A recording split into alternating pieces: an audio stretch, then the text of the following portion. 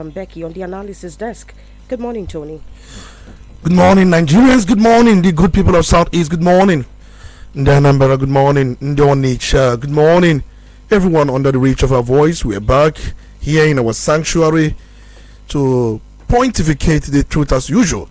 And we are saying good morning to God Almighty, the maker of heaven and earth, the author and finisher of our faith, for making it possible for us to be here this very morning. Good morning, everyone. You're welcome. You are definitely welcome. And of course, as is customary on the show, we are going to start off by telling you what the front pages of the papers say. And today on our desk, we have The Nation, The Punch, Vanguard, and The Guardian newspapers. And we are starting with the front page of The Nation newspaper. Banner headline here: UK okays Tinubu's reforms, pledges stronger ties or trade ties. The rider First Lady RHI lifting women in informal sector into prosperity. That's on page 2. Aftermath of by-elections, no polling units on Twitter, Facebook, says Ubasani on page 6. Above that, capturing of most wanted terrorists excites US, Britain. The rider improved security impacting economy on page 2 as well. Umahi explains the state of Carter, third mainland bridges. The rider Lagos Calabar Highway has 1,500 kilometer long drainage.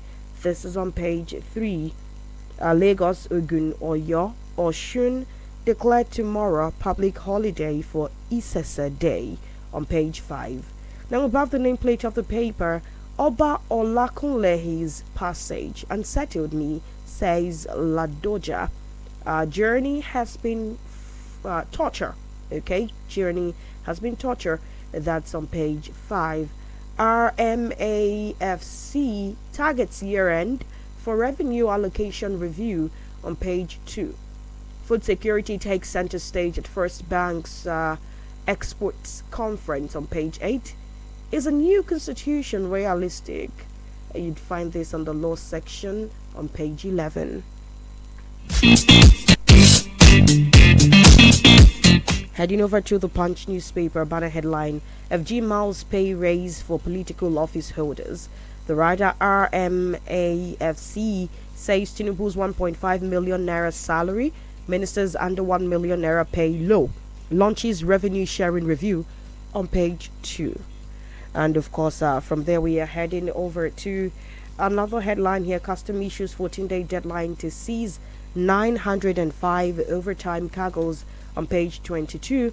Crisis alert: UNICEF seeks life-saving 240 billion naira for Nigeria aid projects on page 3. Fubara eyes September 18 comeback as IBAS pushes projects completion on page 3. Alafi lambasts Oni in fiery clash over chieftaincy title on page 3. Global leaders begin high-stakes talks to end Russia-Ukraine war. That meeting Putin had with the President of America, Donald Trump, over the weekend in Alaska. We are hoping that in the coming days they would eventually have a truce, especially since also he has also met with Zelensky. Now, PENCOM blacklists 7 mortgage banks over housing loans breach on page 9. 2 motorcyclists remanded for allegedly raping Ondo teenager on page 4. Oshun Noge battles AGF over seized funds suit transfer on page 29.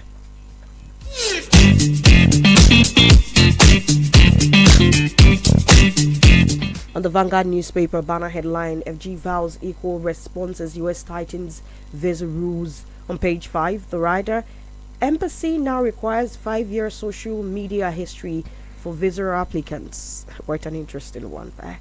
US government revokes 6,000 students' visas. Interagency meeting to fashion out FG's response. Revenue Commission begins fresh allocation formula on page 19. On page 8, 2.2 million poorer households to receive FG's cash transfer from the minister in charge of that agency. But I have always, ministry, pardon me, I've always wondered, the rationale behind all of these handouts, At the end of the day, looking at the purchasing power of the naira, is it really of any help to these families? Or is it like a temporary succor? Also, in a way, encouraging unnecessary dependence. And again, are people who are really in need of these funds getting them? Are we still in the era of bring 5 names from your local government, bring 10 names from your village, and things and shady practices like that? But on page 8, NGE raises alarm over economy insecurity, media suppression, US British governments, Northern Can Lords FG, NSA over arrest of terror kingpins on page 9. By-elections violence, police prosecute 333 thugs. Government officials in Kano arrest 10 others in Ogun. Violence confirms Canadian court's verdict. That's from Falano. On page 40, recall that report that we had on Friday of a Canadian court declaring that our political parties are terror organizations. Quite a sad one. A paternity crisis. 1 in 4 Nigerian fathers, not biological parents. That's a report on page 10. We'll see more about that. 2027, Atiku Obi Amechi will stay united without presidential ticket. The ADC has that to say on page 8. US pledges support for Kyiv and Russia-Ukraine peace talks. Or amid Russia-Ukraine peace talks on page 9. Isese Day, August 20, declared public holiday in Ogun, Oyo, Oshun, and Lagos. Find that on page 10.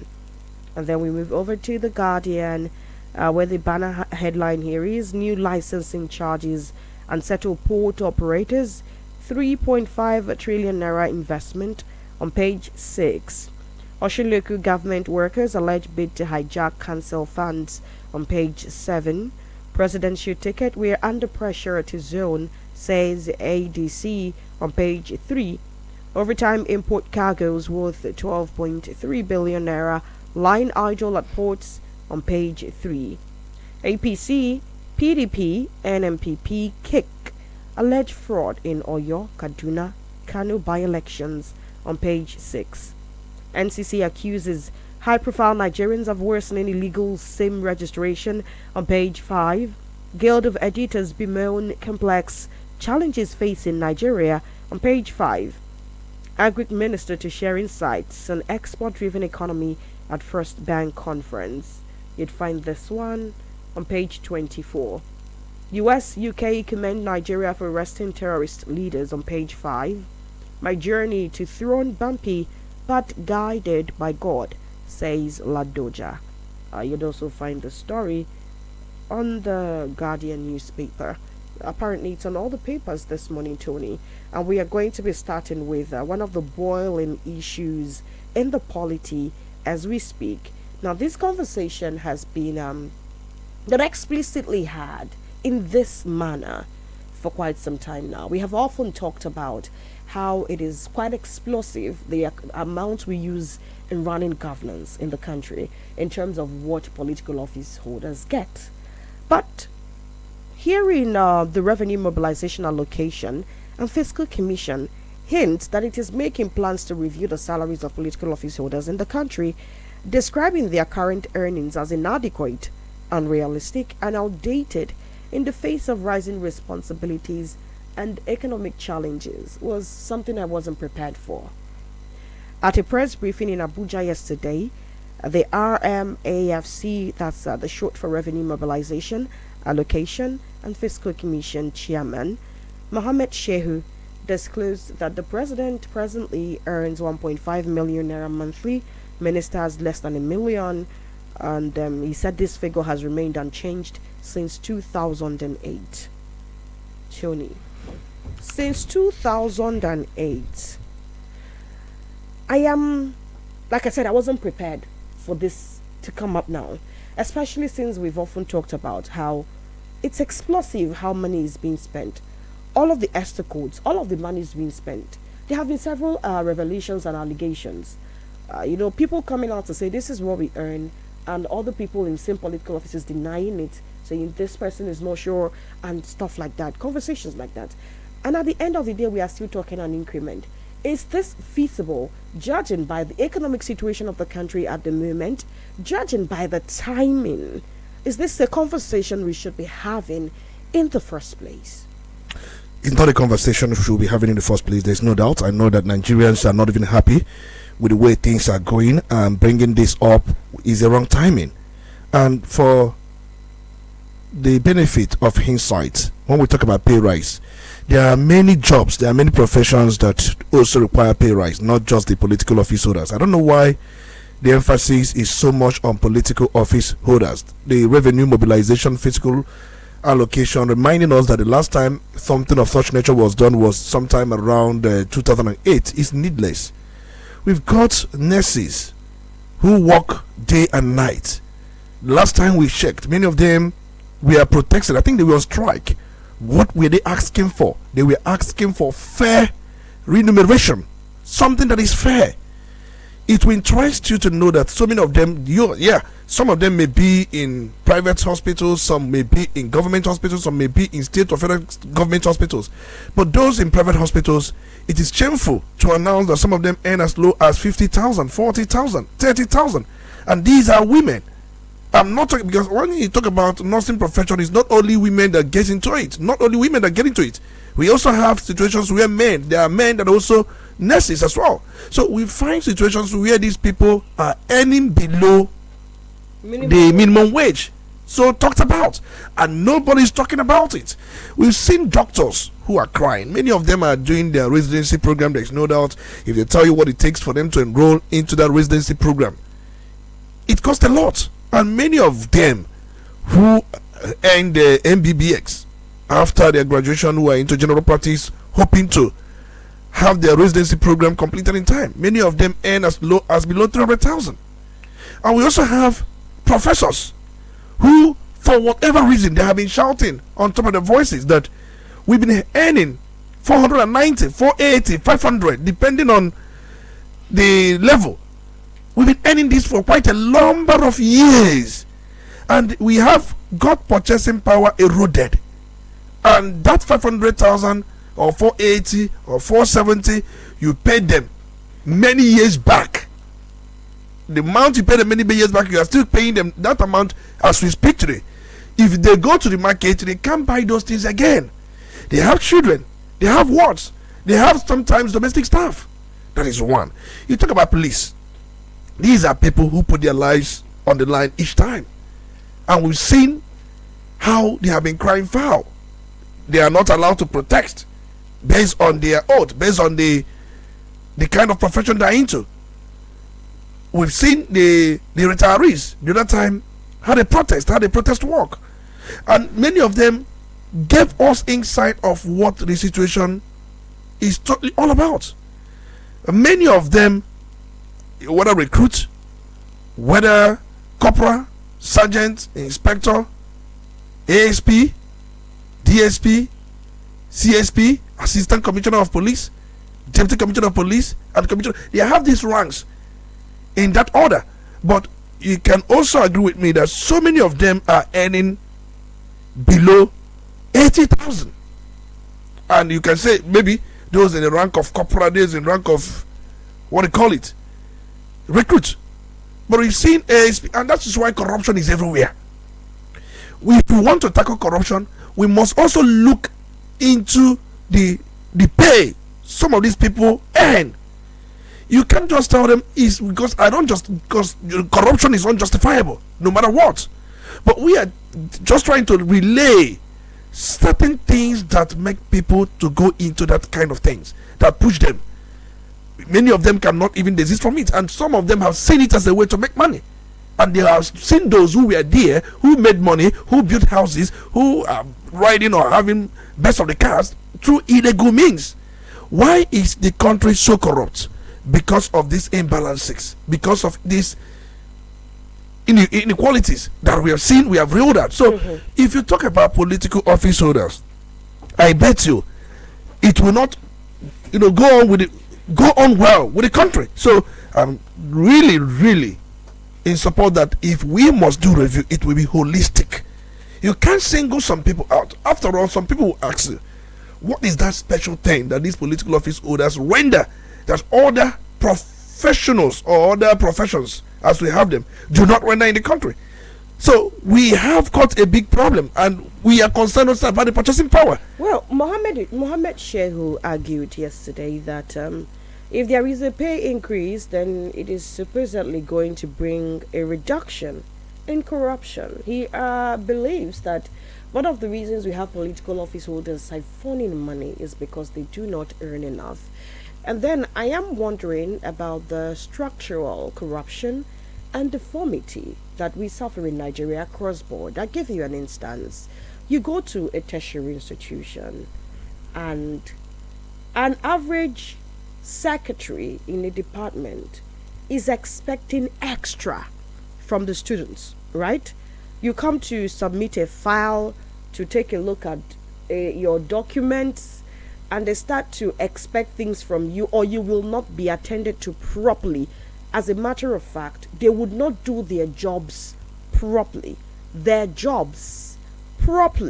unless something extra is given by the person who needs their services, by the way.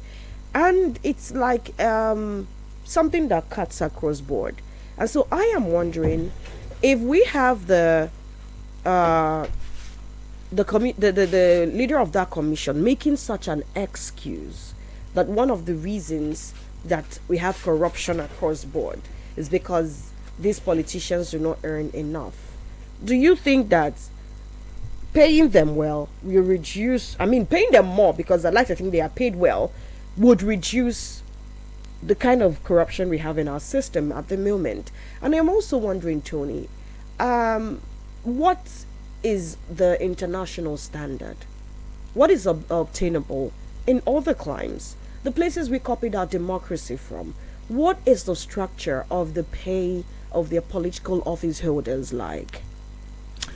We have been able to many times speak out and then state these things the way they are, and then we say here with all manner of dignity that what the chairman of that very body, what he said is not actually correct. We have run comparison between a Nigerian senator and a United States of America senator, and then in terms of pay comparison, and then we have discovered that the Nigerian component, even when we know that these people earn in dollar and they earn in naira, we find out that they have an edge. I would also trickle it down. There are some things people don't even know, because the revenue mobilization always talks about the basics, and then if they talk about these basics, many people will not know other things attached to it. Most of these offices or political offices, they also have other perks outside the basics. So most times we must look at these perks. And I'm also aware, because we are here, let's take for instance, according to the Revenue Mobilization Allocation and Fiscal Commission estimation, each of the 109 Nigerian senators, according to them, receive about 1,063,860 naira monthly, totaling about 12.7 million naira annually, which aggregates to about 1.4 billion naira per year for all senators. That's what they make us to believe. And they broke it down this way. They say that a basic salary of a senator, that's the way they break it down. I'm coming. They break it down that the basic salary for a senator is about 168,866 naira. That's basic salary.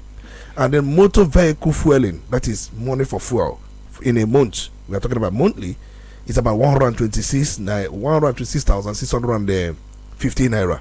They're also talking about personal assistants. Their personal assistants earn about 42,216 naira.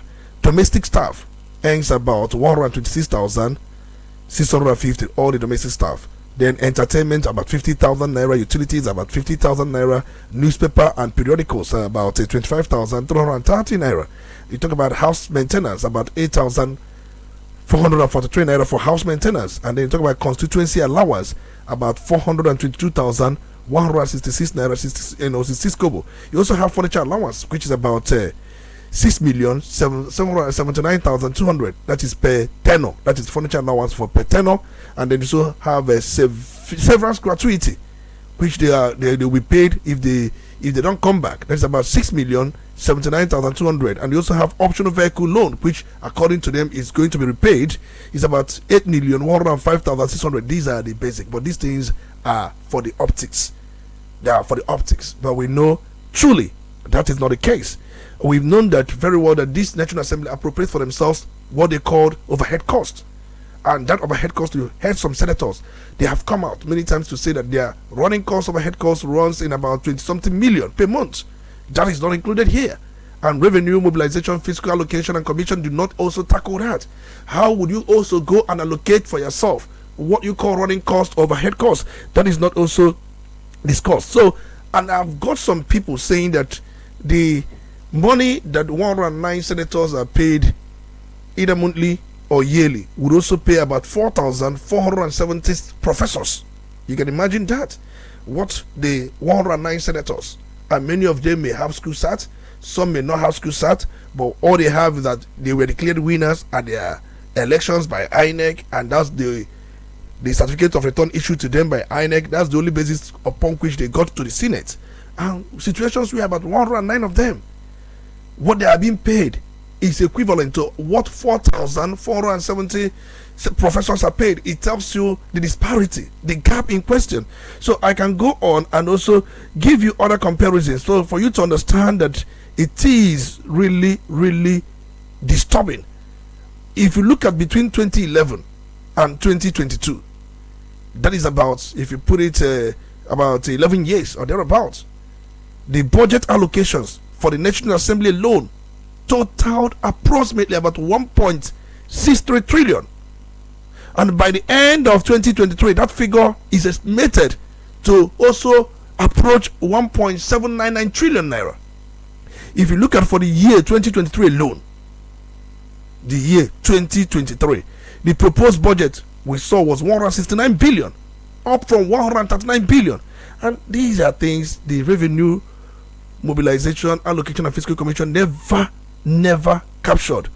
If they turn it according to the breakdown of the budget proposal which they submitted to Mr. President, which was he assented to. Personnel cost almost 26.48 billion naira.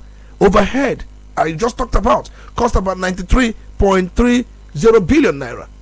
He also talked about recurrent, about 119.79 billion, and then they have to talk about capital, about 18.57 billion. So it tells you the disturbing scenario that upon all this, you are mulling to also add to all they have been earning.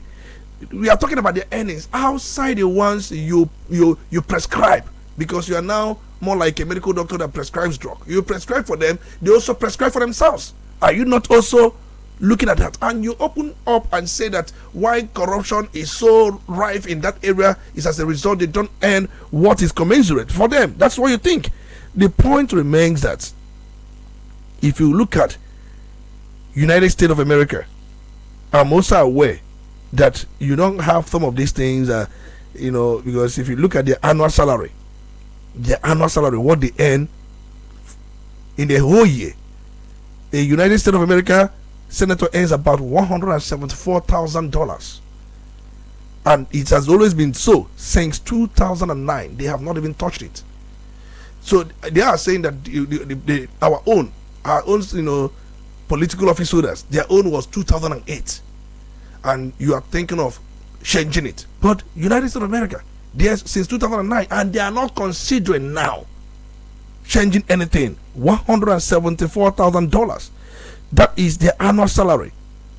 And then I'm not putting or adding those in leadership position like majority or minority leader, the Senate president, or the speaker. I'm not adding those ones. I'm talking about just ordinary, because as we did not do in the case of Nigerian senators. So if you do your calculation very well, $174,000, that is what they earn yearly.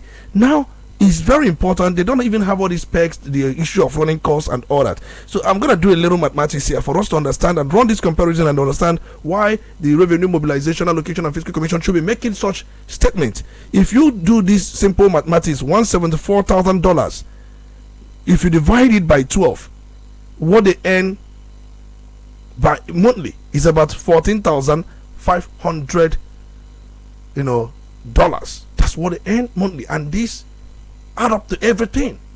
And for many Nigerians, they will say, oh, if you do know what that money costs in naira, so if you do 14,500 multiply by 1,500, maybe as our basic,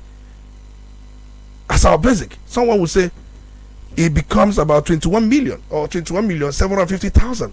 That is just the overhead cost of a senator, not adding the constituency, whatever, not adding other things. So it means that the salary of a US senator, even when we know they have a higher currency ratio, put together averages 21 million here in Nigeria. And that 21 million alone is just for running cost, not salary, not vehicle, not furniture, not other things I listed. You'll find, but in their own case, these things are encapsulated, they are put together.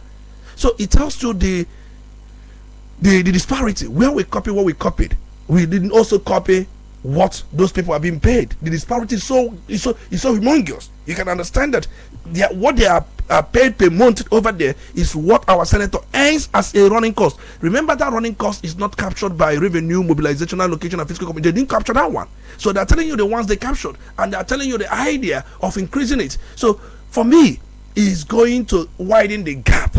Many Nigerians are feeling the brunt of the harsh economic policies we have in place. The removal of fuel subsidy, the flotation of naira, and the devaluation of the currency, and some of the things we have seen so far, and also the high inflation we're dealing with, which is somehow gradually coming down, but not at the rate expected. So with these things in view, and all you can do is to mull such idea. Yes, even the chairman of that very commission is also a political appointee, so he's trying to protect their own. It's understandable, but you cannot do such at this point, at this time, when Nigerians are feeling the brunt.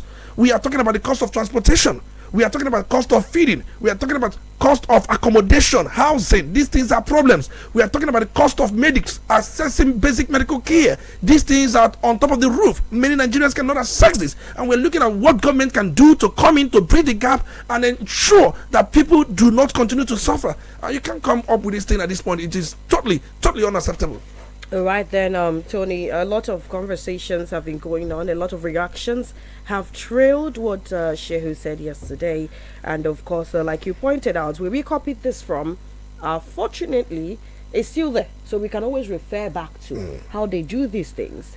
And looking at everything without any sort of bias, it is clear that I do not know where they copied this from or where they are trying to do this from. But also, I am wondering, speaking about the transparency and everything like surrounding this entire idea at this point, are they willing to come out openly now? Because the figures we have over there, I mean, talking about what you listed they earn, they have still not even agreed to.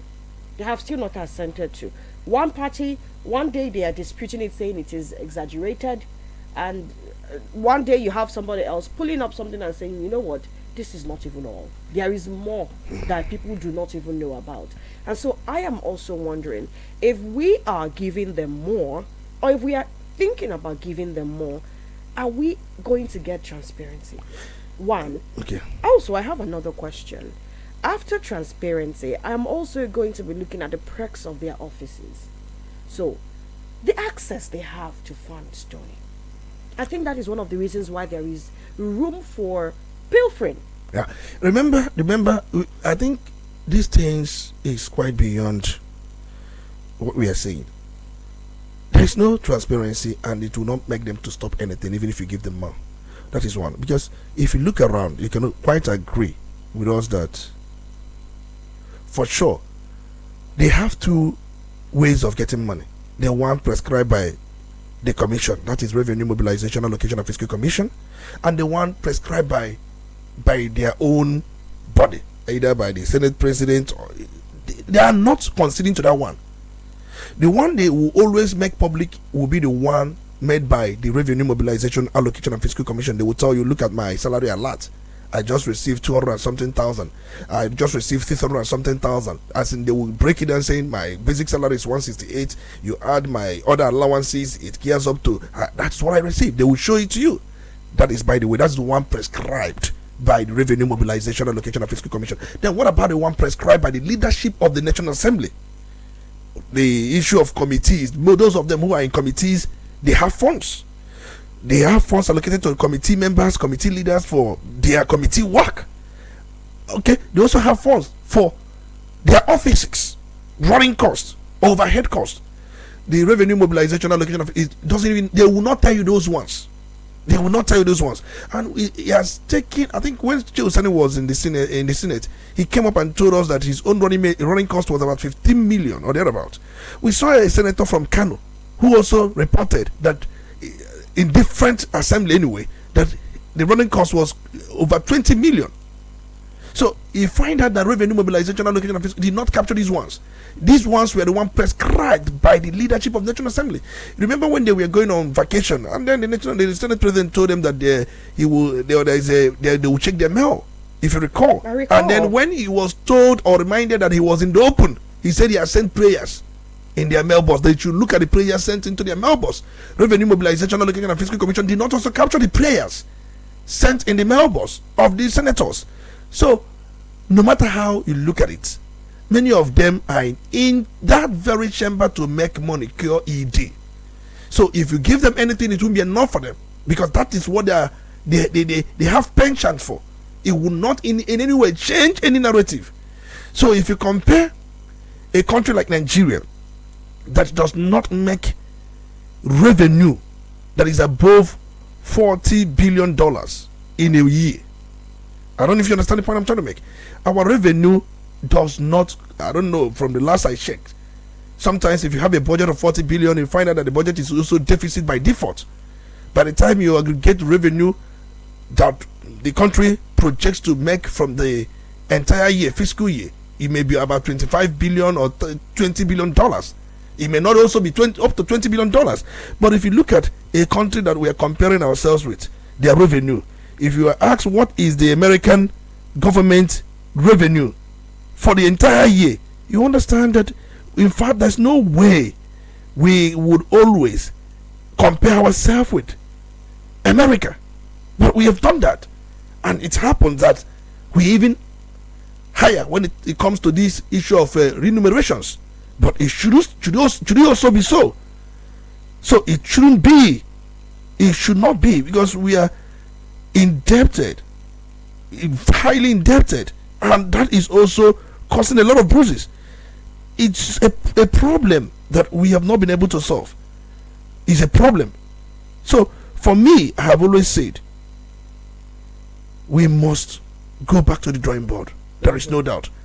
There is no need for us to be comparing a superpower America that, for me, if they look at the revenue they made in 2024, they made $4.919 trillion in revenue. They are miles away in development. We need money to develop. And just look at the countries we are comparing. One made about $20 billion in a year. The other one is made about $4.91 trillion. You can imagine. And then the pay comparison of their office holders look almost the same, with the one earning low or making low revenue topping the one making higher revenue. If Nigeria makes this amount of money, 4.1913, in fact it's not even the money the UX makes in a year is higher than our GDP. It is higher. Our GDP as we have currently is about 100 and let's say $180 billion. $180 billion. That's our GDP. Put everything we own, everything we have, every akonobanye, about $180 billion. Now that is what the ones we have, and then we make about 20 billion yearly from our efforts, and a country that makes 4.something trillion, not as their own GDP, because the GDP is about almost $22 trillion. That's the GDP, about $22 trillion. But they make 4. something trillion as revenue, and we are comparing the pay of the office holders. We are far more. I find it just like somebody who makes 10 naira in probably in a day, and eats almost 9 naira 80 kobo. So what the person has left is 20 naira. That's what we do here. That's what we do here. So we should also look around and see how we can cut down this money they are earning. I think what the Revenue Mobilization Allocation and Fiscal Commission should be talking about, it should be how to cut it down. That place is a place of service. It's not a place to make money. If you want to make money, go and own a market or a shop at Alaba International Market, or these days what is running is Plaza. Go and build one and go into business. Well, Tony, we're rounding off on that conversation at this point, and I think this is the question in the mind of every Nigerian. Whatever it is we pay them, are we getting services worth the money they are paid? Many of them are sleeping. They even snore.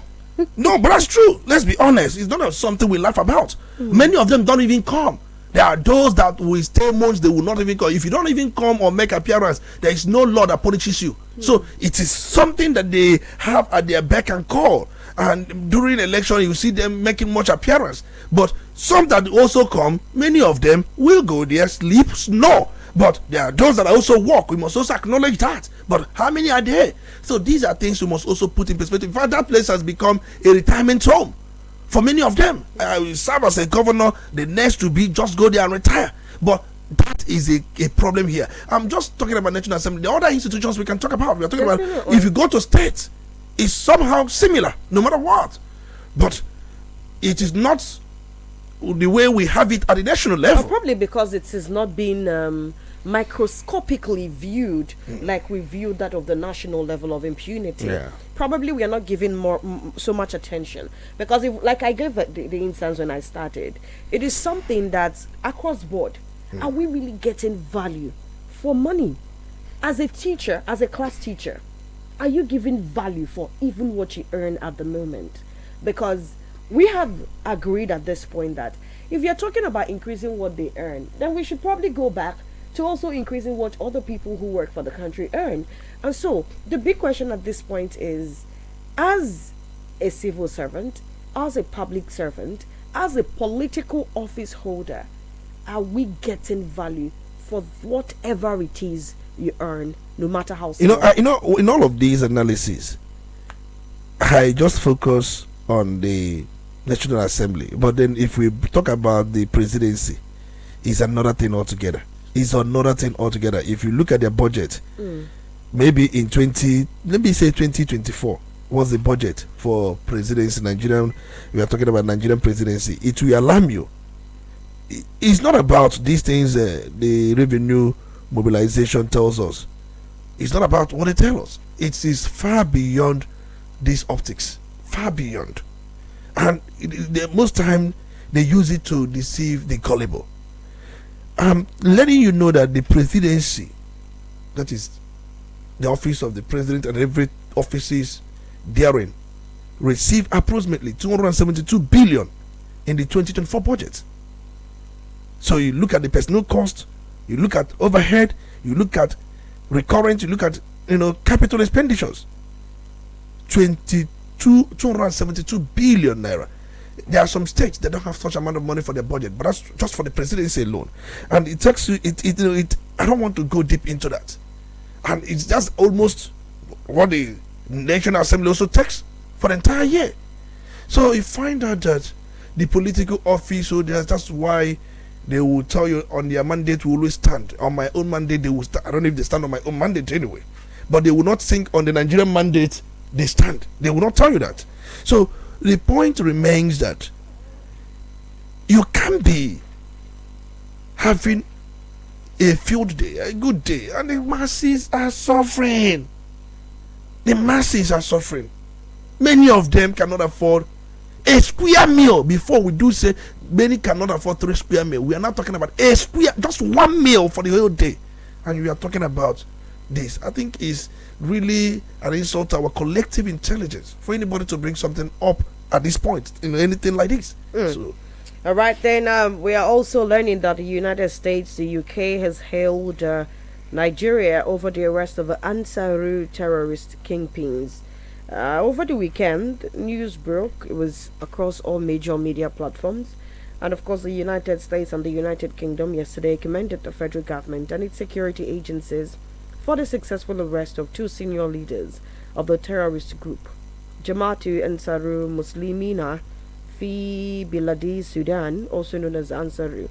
The arrests were confirmed by the National Security Advisor, Nuhuri Badu, who described the development as the result of a high-risk intelligence-led counter-terrorism operation carried out between May and July 2025.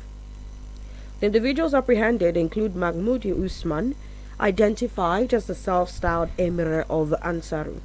Now, according to the National Security Advisor, Usman served as the coordinator of the numerous terrorist sleeper cell across the country and was behind several high-profile kidnappings and armed robberies used to fund the group's activities. Tony, for starters, it would be nice if we understand the root of that group. That's the Ansaru group, and of course, are they linked to any external terrorist organization? Because when we talk about the strength of these groups, no matter how much we have come to defeat them, we would not forget that we've got a lot of casualty figures in the bag, as long as their operations are concerned. And so, when you talk about their strength, you talk about their financing. Is this something that they only run with the kidnapping rings, that the kidnapping operations and ransoms that they collect? Or do they have any links to international terror groups? They do. If you look at even the Ansaro group you are talking about, they have links to ISWAP, ISIS. There's so many terror groups we have in the world. So they usually have links, and that's why issue of their funding seems to be complicated. So they have access to funds. There was a video I saw the other time. We saw their kind of vehicle, how organized, their weapon, their armory. You ask, how did these things get into the country? Did they get into the country through the air? I don't know. And then you see them, they set it up the way security operatives do set up their own. And you see even the sniper, sophisticated weapon. With the video I watch, I have now known or seen reason why some people tell you that these people seems to be more equipped than Nigerian security outfit, which many of us have always doubted. But the real issue is this: whenever these kingpins are arrested, we usually celebrate them as a progress. Yes, but there are hidden issues people don't even know. Yes, most times we've had a case of recycling of suspects. Some of these arrested kingpins mysteriously resurface after few months, either released in controversial circumstances or swapped in negotiated settlements. Yes, and this for public suspicion of insider compliance. Recall the very terrorist negotiator that was Gumi that was arrested. We all thought that the person Gumi would be successfully prosecuted. All of a sudden, we saw Gumi again in Saudi Arabia. The same Gumi that we are shouting on top of our voices that with his arrest it will help a lot, it will open a lot. See, many of these arrests, for crying out loud, are possible due to community tip-offs, not necessarily high-level intelligence. In fact, there are some local, we have seen them, so many locals often risk their lives providing leads but receive little or no recognition. We must also acknowledge it. Yes, the locals, the hunters, many of them have played quite a number of roles. And my concern I have always raised, or the concern I have always raised, is not issue of arresting a kingpin. I'm talking about the real problem is successful prosecution. How many of these persons have we seen successfully prosecuted? Many suspects languish in detention without trial for years, and some are, quietly freed. I have also seen situations where Nigeria's conviction rate for terrorism-related cases is shockingly low. If we are serious about fighting terrorism, why is conviction rate so low?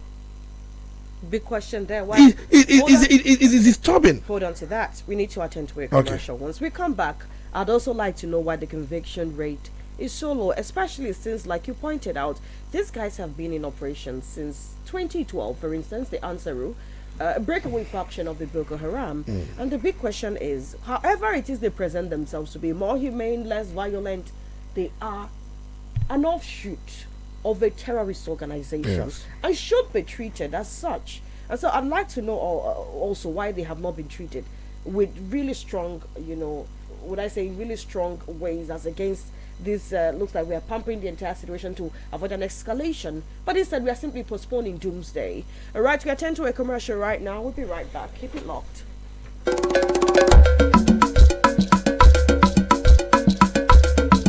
Udala Radio 104.7 FM. Seriously authentic.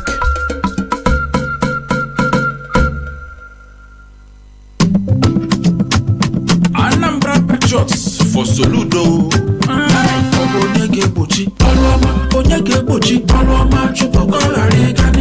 APGA, APGA. Ndanambra gakwanotio. Une ekwokwoneke ewere unu wee gbochie ọrụ ọma Chukwu nna Chichas Soludo wee na-arụ na Anambra steeti. Unu makwa na anyụkọ mamịrị ọnụ ọkpụ ụfụfụ. Ngwa bịakọtanụ n'igwe ka anyị kwado nwanne anyị nwoke bụ Chukwu ma Chas Soludo. Unu afụghị ihe niile ọ na-eme na mbara dị iche iche site na Anambra North, South to Central. Nekwe okporo ụzọ niile nke ọrụgo, nekwe ụlọ akwụkwọ nke ọ na-emepe, nekwe hospital nke ọrụgo. Unu afụgono ka ụmụ nwaanyị anyị si wee na-amụ nwa n'udo free of charge. Ụmụ akwụkwọ wee na-agụ akwụkwọ n'efu. Ihe a niile ya na ihe ndị ọzọ ka Chukwuma Charles Soludo na-eme na Anambra steeti. A na-ekwusi maka New Government House nke kwuru okwu ya kemgbe 1991, ya bụ 34 years na ya na Soludo arụgharịghị ya. Kedu maka New Solution Fund City nwanne m Soludo nọ n'ọrụ. Ndị Anambra ọrụ ọma ama nkwụkwọ agụ bịanụ n'igwe ka anyị kwado nwanne anyị nwoke bụ Chukwuma Charles Soludo. Anambra Patriots for Soludo.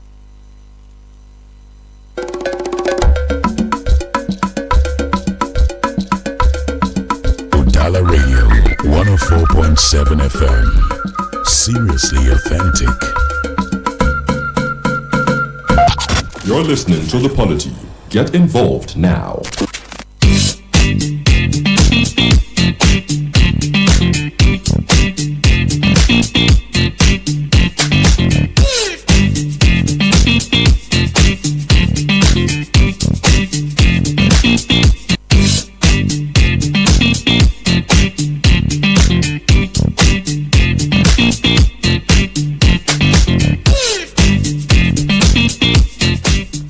Before we went on that break, Tony, you were talking about some of the things that concern the terror organizations that have been, do I say, we've been trying to contain in the country. If you just joined us, this is the Polity on Udala Radio 104.7 FM. And of course, before we went on that break, we were talking about the arrest of 2 kingpins connected to the Ansaru terror organization. And so, Tony, I was asking you about the way we treat these people. Why do we not treat this strongly? Why do we not strongly address this? Like, follow it up in a way that the only intention is to clean these elements out of the system and not to contain them or to change them. We have been more like being hypocritical to ourselves. There's no doubt about it. And I have said this many times, if you want to stamp out insurgency and get committed to stamping out insurgency, we can do that. It won't take so much time. Yes, but that's the honest truth. And we know very well that some of these boys who are in the bushes, sometimes during elections, they may be used for elections. But that is by the way. But I've raised concerns about, the arrest. Fine, commend them, just like I said earlier on. Yeah, UK, EU, US commending Nigeria is very important. But I have raised some issues. And I've raised one of them has to do with the issue of prosecution and this issue of recycling some of these suspects, and when they will be released quietly, many of us may not even know. And we have had quite a lot. We've not dealt with the issue of their weapon supply chains and their funding. We have NIU, the Nigerian Intelligence Financial Unit. We also have those who should also be helping to nip this in the board. And I know that many Nigerians don't know that many arrested terror kingpins may not really be the ultimate masterminder. We are still looking at those who are behind. Sponsors. Definitely. there are some politicians who are also behind these people. Yes. Behind these people, you have politicians, you have arms dealers, you have international cartels who really get touched. You see how the value chain moves. See, I know that a river does not flow through the forest without bringing down trees. And some of these people, do you know why they are quietly released? If probably that they would maybe call out those politicians behind them, you'll find out some kind of a hurry approach to get them quietly. They are being celebrated. Let's see how they will be prosecuted. Speaking about calling out politicians who are behind them, recall that report we got. First it was from UAE. Next we got from, was it the UK or the US? Yes. Detailing the people who are suspected to be sponsors of terrorism. React on that? What have we done with that? And also, before we went on that break, you were talking about prosecution. Yes. Yes. If you like, I remember times many countries offered help to eradicate this issue of terrorism. We said we can do it on our own. Have we been able to do it on our own? Why do you think we refuse that help? They will tell you cannot share your national intelligence with another country. It's not possible that this and that. But Nigeria has participated in fighting quite a lot. With Nigerian troops have fought in Congo, they have fought in Liberia, they have fought in Sudan, they have fought in they participate in sharing any intelligence. I think that there is a limit to what somebody who has come to join you to fight any war would do. Let's look at global best practices in terms of that help. There are countries that the point is you cannot allow terrorism to consume you. And terrorism has caused us enormous damages. Where we are is as a result of damages caused by this terrorism, and we know that we also fought this terrorism, and one of the primary reasons why these things thrive was as a result of imbalance, inefficiency, inequality, especially when people who support you during an election, you neglect them, you don't do anything, they'll pick up arms, and most of the arms you arm them with, they will just go on to terrorize people and find a way to link up with international terrorism group. And if they link up with international, that's where they get the funding, and they go on. And there are some people, there are big men around them. We've not been able to look inwards to find out those who are really behind these people, who are spurring them, who are urging them on. We have to see beyond the surface, and we should commit to this intelligence we've talked about. So my point is, we've seen countries call for support, support could be in many areas. It could be in area of arms, it could be in area of supply, it could be in area of fighting. There are many ways. In fact, it's a broad chain where you call for support, you activate support, help in any form. And we said we will not allow that. What are we hiding? What are we closing? So the point remains that if you are told how much terrorism has cost this country, you would be so shocked that it is even above our GDP. Is it not concerning that we should leave anything politics and then sideline it and then fix the real issue on the table? There are many kingpins. You must recommend. In fact, you must commend our military. Many of them are doing good works, but their works have been sabotaged by some unknown forces. Even when we claim we know these forces, whichever way. So we must show sincerity of purpose, and that we have not shown. We have not shown. Look at what is going on in Benue State. Look at what happened in Plateau State. Look at what happened in Niger State. Look at what happened in some other parts of the country. We keep having the same problem all the same time. And the last we heard about what happened in Plateau, nobody is talking about it again. And what measures have we taken to avert any similar reoccurrence? We must take things serious in this country and live. I have said many times, nobody should politicize security. Nobody. And in fact, we should make it as a matter of fact that security is not something anybody should play politics with. It's a kind of an entity every patriotic person should be committed towards. You don't play politics with security in the United States of America. You don't play politics. When it happened 9/11, did anybody play politics with it? Nobody. What they did was to set up some kind of fireworks. That's what they did. And since then, have you heard about any? Since then, 2001. How many years? Counted about 25 years or thereabouts. Have you heard any? And on a number of issues, they man their borders. They have much more border than us. Technology has made a lot of things easier. You can use technology even where you can't put in personnel. You can use technology to monitor, to man, to follow trends, to follow movement. You can use technology to also improve your intelligence. There are things you can use technology for. And I'm also wondering why we don't have submarines. I'm concerned as a country. Egypt has submarine. South Africa has submarine. Algeria has submarine. Why don't we have submarine in this country? If we are serious, because we need it, especially when it comes to Niger Delta or your theft. We need submarine in this country. We can pride ourselves that we have one of the best military in the world, and you don't have submarine. It's a problem. It's a concern for me. It's a concern. There are a whole lot of work we need to do in the angle of security. A whole lot of work. When you spoke about the porosity of our borders, it reminded me of what we have often cried about. When you have conversations with people who have businesses to do in neighboring countries, they tell you that they have documents that are barely ever used. Because all they ever need to do is get on a bike, and the bike man knows how to tap in and tap out. And you know the funny thing about this, Tony? You are unarmed. You are not a threat.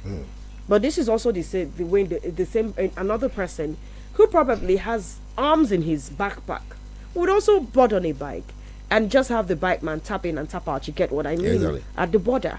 That's how we have infiltration. We have this proliferation of small and light weapons, right? And at the end of the day, we are wondering where they get these weapons from. Also, when you were speaking, you made mention of political thuggery. When you use the term, the boys that help you in elections, I wanted to call you to please take that back. These boys do not help them in election. These boys are brought in by these corrupt politicians to unsettle the polity. And at the end of the day, they let them loose. You know, when they are done using them, what will you do with them? You know, I think when you help could come in any way. Help could be if I'm aware I'm gonna win this area, I can ask anybody to bring on any form of destabilization so that the person who has stronghold may not even. It's a case of help. But that is by the way. The issue is, look at the policies we have applied. Are these policies working? The reintegration of repentant Boko Haram, repentant bandits, negotiation with bandits, you negotiate with them, and I listened to some of them. Shehu Sani was justifying the one Obasani had with the terrorists, saying that it is working. Yeah, Erufai did something like that, it never worked. Metawale did something like that, it never worked. That Obasani has done something like that. So what did Obasani do differently? Saying that he was so much concerned, he was sincere, he was able to go in. We saw the former governor of Castena State and the former speaker of the National Assembly. There was a time he was spotted somewhere close to the bush, where he seems to be having this engagement. The truth remains that we have not shown sincerity of purpose. We have not even come out with a blueprint on how to go about this. What is our blueprint? What is our national plan on going against terrorism? But even when you say you may not make it open, but do we have one? I don't know, but I'm not sure. But is there an international practice to negotiate with these people? You have to. You negotiate when you believe they have got a genuine concern. No, it's not about genuine concern. You talk about negotiation when you think that is a way to let them off. But let me say this: if you are not able to decimate terrorists and you're not also able to allow help come your way, there is something you're not telling us. Tony, why I was asking you that question, I've been trying to make a mental calculation of what comes out of this supposed negotiation and reintegration of these people into the society. And can we really say that anything good has come out from it? All we have had is simply postponing doomsday. So one moment they stop being aggressors and they are being spoon-fed by government. And if the government pulls the plug, they go back to being aggressors. And so the big question is, have we really been able to win with the carrot approach? I think the issue is this. I don't know if we have a national policy on the issue of negotiation. I can bet you, I can confidently tell you that a country like United States of America, they have a long-standing policy of not negotiating with terrorists. It's a national policy. No matter what your grievance is. That is a policy. They have a long and is known by everybody. You can't have any state now in US being threatened or being consumed. It comes out and tell you that we are negotiating with terrorists. It's their policy. They don't negotiate with any terrorists of any kind, of any form. When they are hostages, they do. I think if you talk about issue of hostage situation, what the US does is the government can make some ransom payments. There are ways they approach issue of hostage, but we've not got there. In our own way is a different thing altogether. But these people kidnap people for ransom. That's what I'm saying. Technically, these people are hostages until they are probably sorted out by probably individuals, their families, and sometimes, as much as we do not want to accept, there have been reports that the governments of different states have paid ransom. That's what I'm telling you. In the case of US, what is the policy? They have a policy of not making payment for ransom. They don't. There are times, I've seen situations where the intermediaries, such as third-party governments, humanitarian groups, or private negotiators, have also committed them to make some ransom payments, but they will put it to you that you are doing that on your own. They have a way of getting at these people. It is also their part of policy that they would not make ransom payment. I'm not saying we must do everything the way they do it. That's not what I'm saying, because they are superpowers. They've got everything. But we don't have everything. So we must, what I'm trying to say in essence, that we must have a policy on some of these things. Do we? That is the question. Do we have a national policy? Not that today a governor will tell you that I'm negotiating with these people. But you are negotiating on what ground? On what circumstance? Is the government also part of the negotiation? The national government, the central government. See, it is important we put these things in perspectives. We must. I don't know, most times, do we plan at all?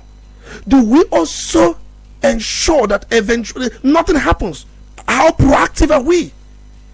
Knowing fully well that, look at the region, the coastal region, where we are in. You have got Mali, you've got Senegal, you've got some of these countries, you've got what do you call it, Chad, you've got Niger Republic. These are countries that surround you, and these countries are vulnerable to these people.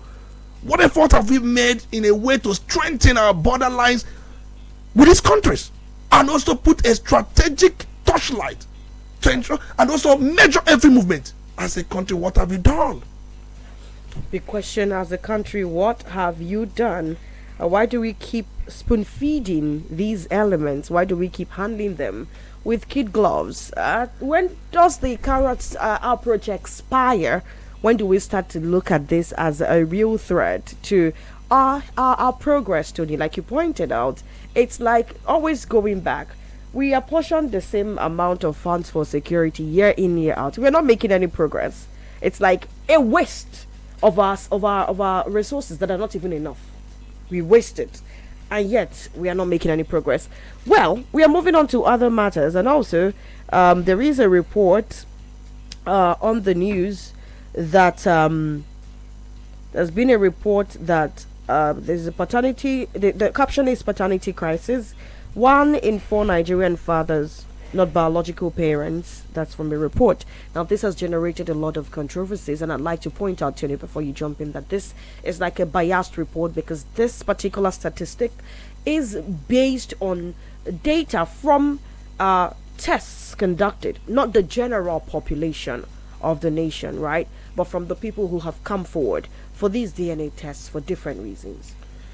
It's really a bizarre and strange development in our country. But it has always been there, Tony. I like to think that this is only coming up because of how we are starting to embrace the entire DNA technology. I think it has not always been there, judging by our forefathers and our ancestors. Like to tell ourselves that. Because maybe judging from 1980 something or 19. I'm looking back beyond this period. You are also looking at. You've seen fidelity as one of the cornerstone of our existence, but over time, the moment we started embracing Western culture, things like this happen. So if you look around, you have gone through several studies, including ones from South Africa, UK, US, Germany, and these studies I have been able to go through suggest that between 20 to 30% of men who take paternity tests find out that they are not the biological fathers of their presumed children. It is same in South Africa, UK, United States of America, and then Nigeria as well.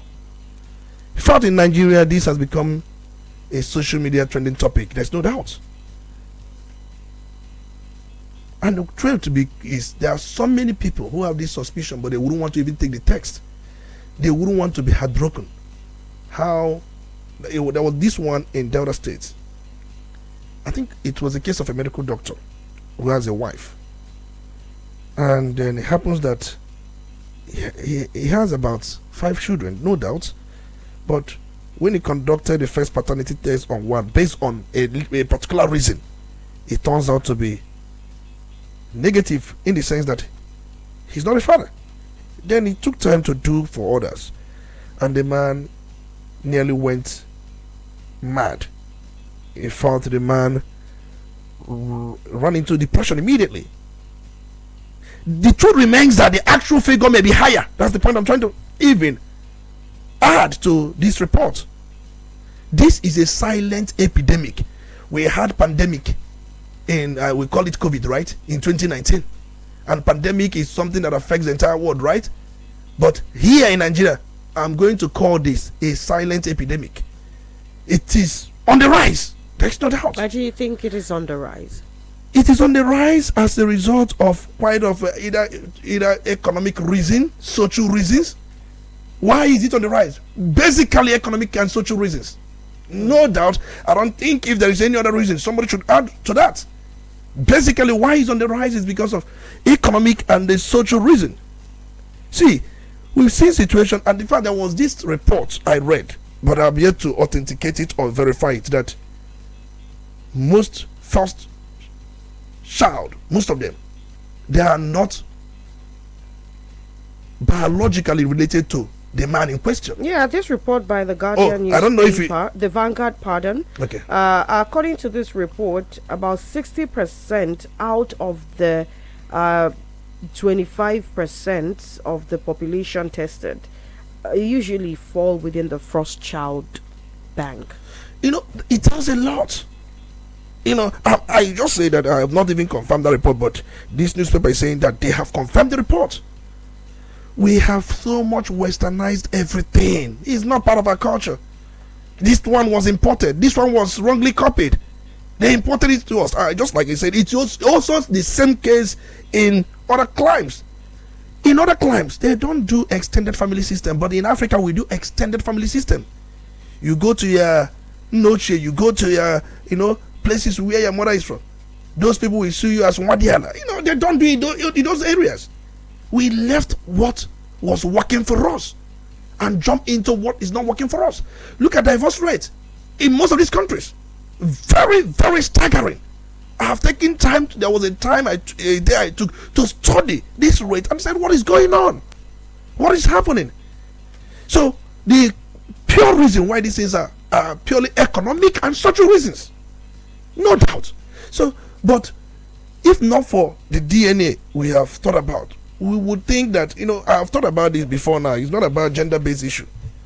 One thing about men and women when it comes to issue of flirtation, people will say men are too flirtatious in nature. So as women. The issue is women are more coded. They code their own in such a way that it will be very difficult. And look at the revelations. It most times at 35 years, 36 years, 40 years discovery. So what it means that the man never knew about this from year 1, year 2, year 3 to the 30th, to the 35th, to the 40th year. This will tell you how ingenious women are. They are good in coding things, putting secrets. But men are vulnerable. They are open. In fact, whatever is going around them is easily known. If they are the ones involved, women can always catch them. If a man and a woman is in a relationship, a woman will catch a man when a man cheats more than a man catches a woman when the woman cheats. But that's the truth. I wouldn't want to stretch this conversation because if we start to drag it into the reasons why women would cheat in the first place. That is socioeconomic reasons. There's no doubt. Socioeconomic reasons, banking on several things, Yeah. and I wouldn't also want to start towing the line of working Melibia because obviously these issues of paternity fraud do not revolve around goats. Other men are responsible for Definitely. the fraud being done. But another thing you must Men. Identify is this. There are men. Is a woman mostly. There is this Igbo adage, don't want not even working. Because a woman knows the people she has met over time. So a man may not really be in the know. There are men that also in the know. Because they will still come back and ask for their child. Yeah. Definitely, there are men that cooperate with it. There is no doubt. But there are those that are also not in the know. So what we are saying is not about speaking out about these things. What do we do? How do we come in? In fact, that is where both the traditional and religious leaders must have a good role to play. We have got social leaders now. Before now, it has always been religious and then traditional leaders. We've got social leaders. They must come in here. We must abandon this westernization. It hasn't helped us. And I've always preached that. Whatever good we see in them, we can copy the good ones alone. Leave the bad ones for them. Don't copy the bad ones. Well, I like to think that as much as we do not have so much studies backing this, the idea of paternity fraud is only being authenticated with the DNA. Before now, it has always been in existence. I wouldn't want to drag it, like I said, because there is no proven data like you have with the DNA technology today. Back in the day, it was, I dare say, even more common. But let us quickly look at this before we take down or we start opening the phone lines. This report here, there is a report on the Vanguard newspaper. We report about 333 thugs, government officials in Kano, and 10 others arrested in Ogun to be prosecuted by the police for by-elections violence. Tony, do you see this being the, would I call it the much prayed for response to election infractions? Do you see this also serving as a deterrent to people come subsequent elections? I think this one is a selected or a selective one, a selective case. If you go deeply, police prosecuting alleged thugs, it's laughable. It's laughable. In fact, it's just like asking, can anything good come from where? From Israel. Remember the apostle who made that very statement. So it's laughable based on the antecedent, based on what you know. He asked if this would deter that very, very statement or issue or case at hand. You must investigate further until we investigate and know the sincerity behind it. Then we can make out and state a statement. If there is a total sincerity, that is not a case of scapegoating some people to make a point or not trying to make any point out of nowhere, then it becomes a case whereby we must mainstream it. It's not about having it from one end or from backyard. We must mainstream it. If there is no more to this, we must mainstream it. Who are these thugs? Who are their sponsors? Definitely. So while you prosecute a thug, you prosecute his sponsor. That is it. All right. That is it. Quickly also, FG is vowing to also tighten visa rules for non-Nigerians because the US government has mandated Nigerian visa applicants to disclose their social media profiles and activities in the last 5 years, warning that failure to comply with the requirement could potentially result in visa denial. Is it a yay or nay for you? This is a country that is serious about its national security. This is a country that is so much conscious about the well-being of their country. And look at what have updated now. Now your social media, activities. They must, x-ray it. They must look into it. One thing you should know is this: most times, some of the things that people do, or either terrorism, they have started chanting it somewhere in some quarter. It started somewhere. So they try to trace every of the divisive statements by Godfrey. Definitely, they'll trace quite a lot about you, your past movement, where you've been to, the funds, your bank exchanges, and then your social media activity. That's a country that's serious, and it's part of their national plan. So it's something we must also copy. This one is good to copy. We must copy that. Anybody that comes into Nigeria, we must also x-ray the social media activities of that very person. And even when we know, we can't say for sure that we are manning our borders. If we are manning our borders, these people cannot be coming in from different illegal borderlines to cause mayhem, to cause all manner of problem in this country. So we must take ownership. We must take responsibility as a country. And I'm not seeing us doing that, but we must map out measures. We must map up approaches. Have a plan on how to go about some of these things. Is important. Right, definitely. And even outside what is it called now, for people who are coming into the country, yes. I like to think that if we as a nation are very, very serious about our national security, these are things we should also start looking at for political office holders. Definitely. What kind of statements are they giving to? What kind of agendas do they push?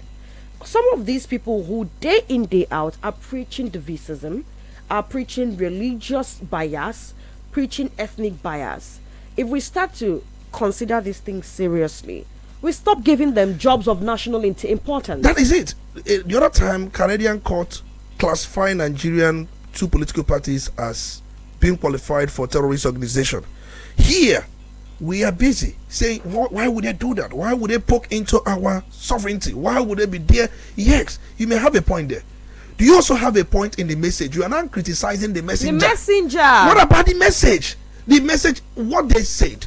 Is it true that these political parties intimidate voters? These political parties try in a way to cause all manner of to destabilize democracy, and with the leaders of the same political parties doing nothing about it? It's one thing for those who are working for you to do something. It's another thing for leadership to come out and take a position and say that this is not tolerated within our climb, and also providing a help one to ensure that those involved are prosecuted. So now we are busy attacking the messenger, but we have not also looked at that very message. If, based on what they rolled at, ballot stuffing, ballot snatching, voter intimidation, and this and that, do these political parties do this?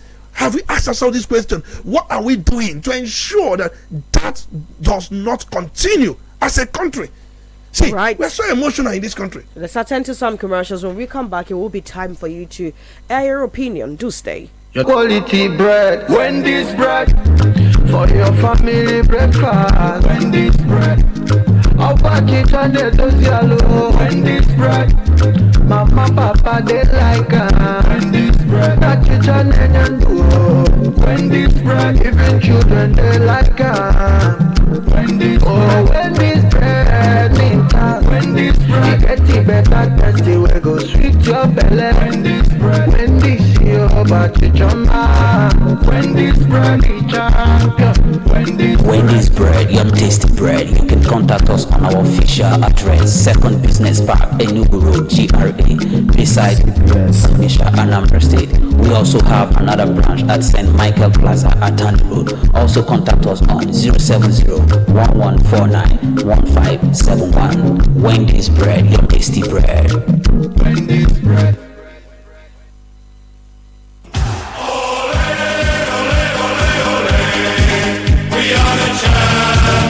Hooray! Football is alive again in Onitsha. One Nibonyegu, one Nimekegu, Egwekere Football Street Championship. My guy, come rep your street. Come show the world that your street has got the best talent in town. Egwekere Football Street Championship. Egwekere Football Street Championship is a football tournament to be played among different streets of Onitsha. Winners will take home 1.5 million naira I repeat, 1.5 million naira. So what are you still waiting for? Call this number 0806 391 5257 for your registration and further inquiries. Registration runs from 1st to 30th of August 2025. Special thanks to our headline sponsors, Winners Global Estate Limited, and our media partners, Udala Radio 104.7 FM. Ebuka Football Street Championship. Ball Obe na Doda.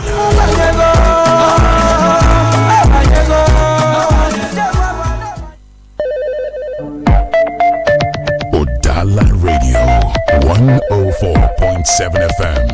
Seriously authentic. You're listening to The Polity. Get involved now. Be a part of the conversation. Go to Facebook at Udala Radio 104.7 FM. Drop your comment right under the live video. You can also put a call across now to 0803-221-6973, 0803-827-6694. A couple of ground rules already established before, but I'd like to reiterate. You have 2 minutes. Go straight to the point, and please be as objective as possible. Good morning. Are you there? I am getting this Apatego sitting your airwaves from Osworo. Good morning, everyone in the studio. Good morning, Dean. Go ahead, please. Yes. On this latter part of call, we are talking about Nigeria. Tony, my dear brother, I have been telling you, no country, no environment has ever thrived where there is divergent value system. It is as natural as anything you can think of. Nigeria is an artificial creation, an experiment that has failed and is being maintained quite abnormal. How can you tell me that you will put, monkey and the goat in a cage and expect both of them to thrive and reason effectively? It is against order of creation by God and against value system and organic process.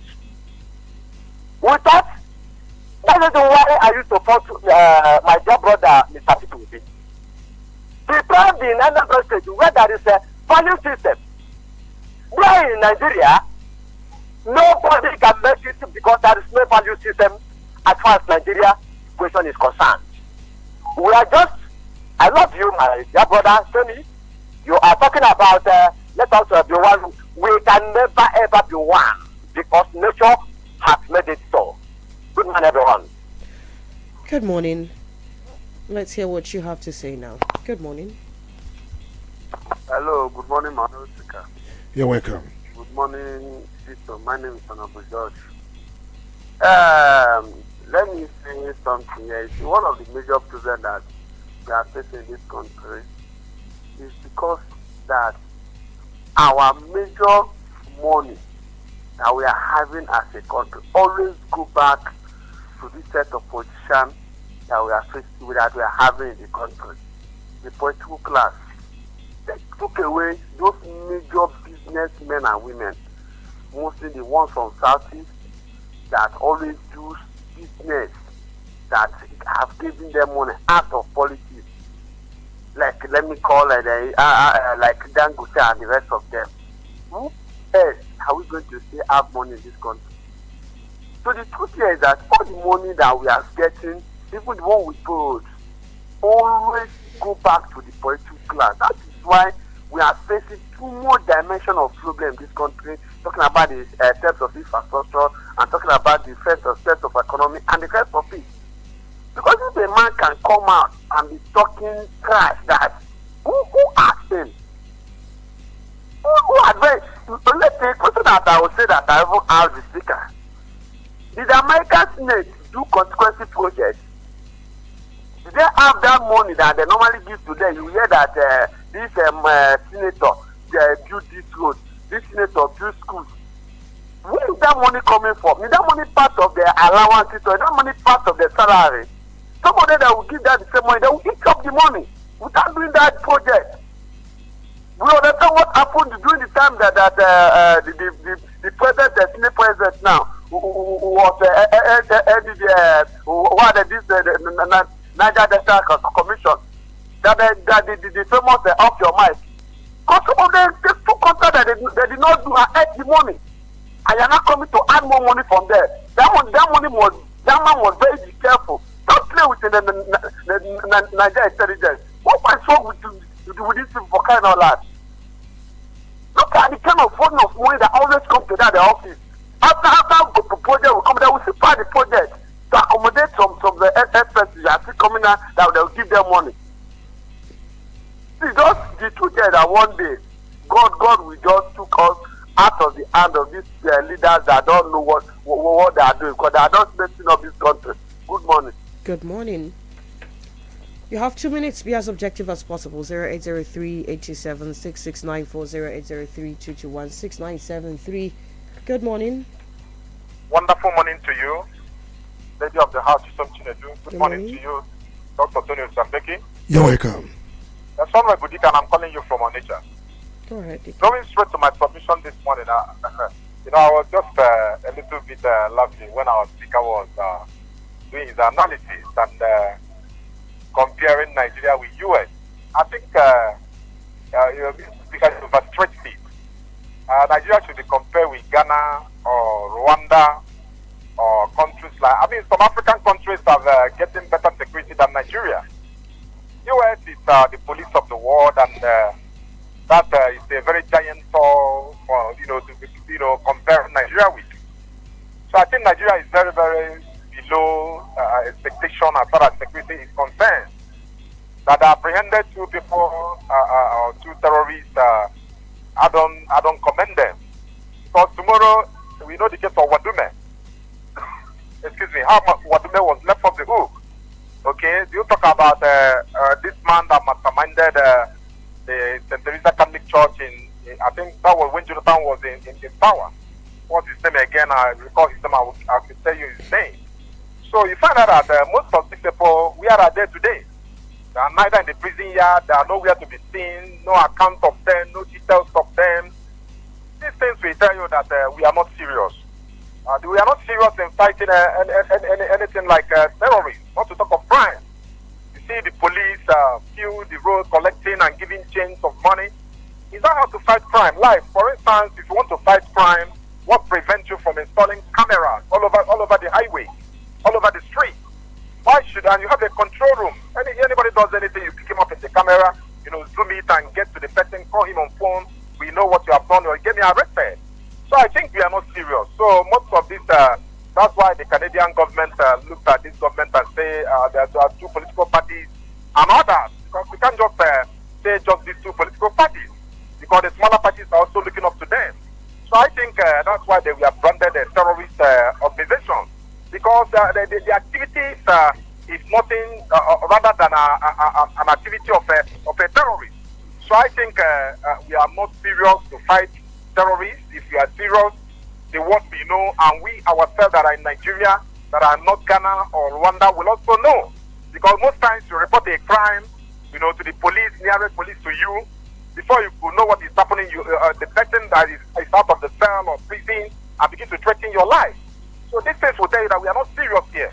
You don't protect. You see something, say something. Right, I have when to you not let say you go. something, your life is being threatened. I have to let so you go. I think, Your time is totally up. protection in this country.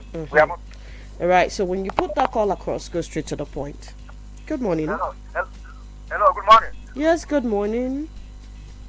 Hello. Tony, this is good morning, sir. Yeah, welcome. It's good to have you. My name is Tupac from Shuta to Buruku Road, Onitsha. Can I go on? Yes, you're on. Go ahead, please. You have 2 minutes. Please, my dear brother, the name of that guy you are asking, Kabiru Sokoto, that's a Madala bomb blast, 2011. It's Kabiru Sokoto, whom they claim that he escaped from their van. Okay, look at Abdul Mutalab, 2007. One that they attempted to bomb Veggie Airline. What of St. Francis at Owo massacre? What of Agatu massacre? What of Yerewata massacre? So many massacres. Under the watch of these two parties, that the Canadian government start a terrorist practice. In fact, I'm so much appreciative of that action. There's no two ways about it. It's very clear.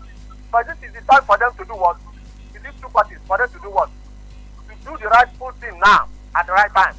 Because if Mario Frog is singing here on Gapo, the bomb of the Mambo Gapa, so that if you're singing out of war.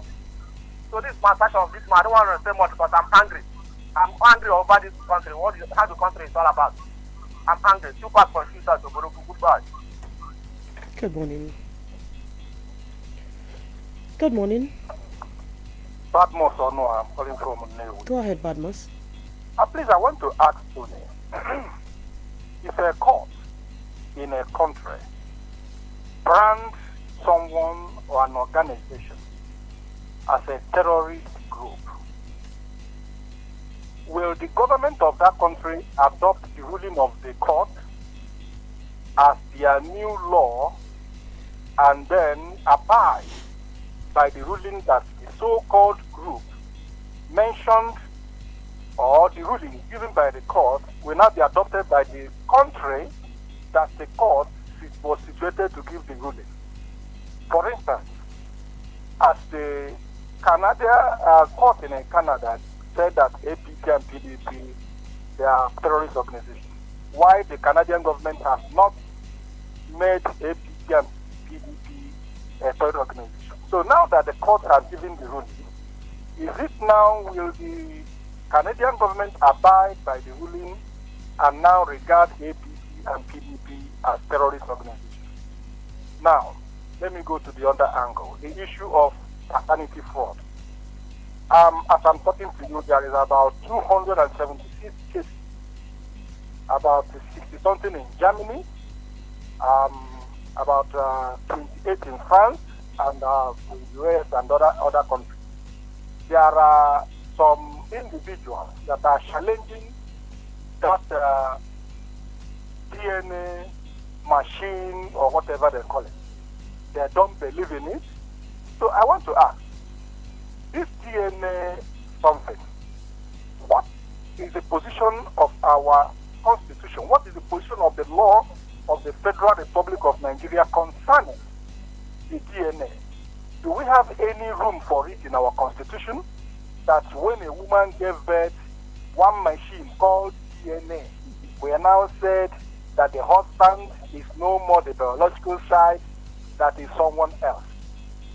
What is the position of the law if something of that arises and the woman is saying otherwise, that what the DNA said is a lie, that the husband is the father?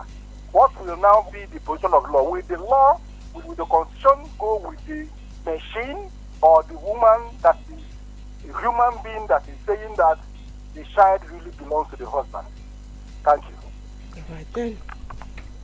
Would you want to respond to that? I don't know if you are to respond to your question. Maybe before we forget a quick one, because in Canada, the authority to designate a group as a terrorist entity lies with the governor in council, essentially the federal cabinet under the Criminal Code of Canada, and the decision is based on intelligence from security agencies like their CSIX, RCMP, or Global Affairs Canada. Not a single court ruling abroad. It cannot be just a single court ruling. So if you look at court ruling against government action, but a court ruling may be acknowledged as an evidence presented in a particular case, yes, where APC or PDP was mentioned, but that does not automatically translate into an official government designation. For a party to be listed, Canadian intelligence must prove it is directly involved in or supporting a terrorist activity or terrorist agents. So sometimes we must understand that. So the court ruling could be just an evidence that anybody who wishes that the country designates these parties as terrorist organization can bring forward. But just note that it is the governor in council, especially at the federal level, under the Criminal Code of Canada, does the designation, and the decision is usually based on intelligence from their security agencies. Now, you asked a question on the issue of paternity. fraud, what does the law say? Issue of paternity, the constitution, we have customary laws. Everything is not in the constitution. You ask, is it in the constitution? Because the constitution is our grand norm. We have customary laws. We also have criminal, laws, and we also have Administration of Criminal Justice Act. So we have got so many laws. So where does this issue of paternity of a thing falls into? Pure customary laws. But in our own Igbo system, once I'm aware that once a woman's bride price is paid, any children or any child the woman bears belongs to the man. That is our customary law. I don't know if that has changed. I'm talking about customary law. So, we're on one now. So the DNA of a thing, the idea is to make the man to be in the know of the biological status of the child in question. But that does not, based on our customary law, changes the status quo. So we must really look at these issues dispassionately. And I'm aware that this issue of DNA started in 2000, though it started sometime 1986 in the Western world. But in 2000 it became something widespread in Nigeria. Deoxyribonucleic acid, that's the full name of the DNA. So the point is, based on our laws, I think I've explained, so that won't take more time of those who want to call in. We are going to go over to Facebook now at Udala Radio 104.7 and see what you have to say. Right here, a couple of comments, and we will start. We are going to start with yours, Dr. Ma Olebara. She says to contemplate increasing salaries of Mr. President, lawmakers and ministers shows how insensitive these leaders are. At this austere time, masses are suffering and workers are receiving meager salary, when we are expecting them to cut down high cost of governance and frivolities, when we're expecting the lawmakers to cut down jumbo allowances and provocative remunerations, it's sad that these leaders did not feel the pulse of the masses and no consideration and feelings of human kindness to fear. Okbe SJP says, looking at the history of Nigerian leaders, corruption should be distanced from them. A good leader loves to declare his or her asset to the public, to have good conscience and be fair to the people. If a leader is not corrupt, his followers cannot try it. Corruption should be considered a capital offense in our society, just like in Japan and China. Igwe Neme Kennedy, alright, speaking about the Canadian court, he said the Canadian court nailed it, and the Nigerian government and politicians are busy attacking the messenger instead of looking at the message. Emmanuel Chiadi, it is becoming glaring that today's public landscapes are driven by Machiavellians, hence our ruling elites are not interested in ensuring the values of merit, equity and justice resonate. Hence, revolution is inevitable here. Okay. Paulinus Okona Ejike Wankwa Okoma, good potion. We see you. Good morning to you. Tony Mbeki, we should be rounding off. We have a couple of minutes. Let's see what you have to say. Do this in a minute. Go ahead, please. Alright, you may need to reconnect. And so we might be gracious enough to take one more call. And please go straight to the point. You have just 1 minute to air your views. Good morning. Are you there? Hello, good morning. Good morning. This is Sunday from the brother. Go ahead, please. Yes, I just want to praise Nigeria military for intelligence to capturing those terrorists. America has praised them, British have praised them. It's not easy, no matter anything. That is the I just want to thank them. They should look inward and look for more because there are many. But concerning Canada, please, I want to ask, there is agreement we are doing here with somebody. This Simon Ebert, have they decided in the court or are they legislating? Please help me for that. Thank you. All right then, Tony. Let's round off. What do you have to say concerning the opinions that have been raised so far? I think today seems to be a peaceful one. There is no doubt. We understand that our concern is for us to improve on quite a lot of things. So if one asks you now, what do we do rightly or correctly in this country? I bet you may start to think. You may not explicitly, you may not openly say, oh, we do this or we cook, unless the person will tell you we only cook jollof rice very well. That's the only thing we do very well in this country, jollof rice. But the point is, we must be leaders at every level. When we talk about leadership, it's not about those who are elected. Where you are, you also a leader. How are you showing leadership? Ensuring that proper things are done, right things are done the way they should be done. And also community watch. There are a lot we will do, because it's not about leadership all the time. Followership, they have also got a work, so much to do as well. So on that light, I would say that the Nigerian military, more work. Yes, the two kingpins are arrested, just like I said earlier on. We've seen this in the past where they were quietly released without anybody knowing, and that becomes a story of another day. We wouldn't want that. Please keep updating us about these arrests, and we want to see prosecution so that we wouldn't, just like I said during the analysis, it is shocking to know that we have low conviction rate. We will not continue that way. All right, then. Thank you, Tony Mbeki, for your analysis this morning. Thank you for your calls and your contributions. I'm afraid we cannot take any more calls. We take down the curtain on today's edition of the Polity here. Tomorrow, 9:15 down to 11 a.m., the Polity would make a return. Until then, my name is Chisom Chinedu. Do take care of yourself. Attention. The views, opinions, and conclusions expressed on this show do not represent the views, positions, and policies of the management and ownership of Udala Radio.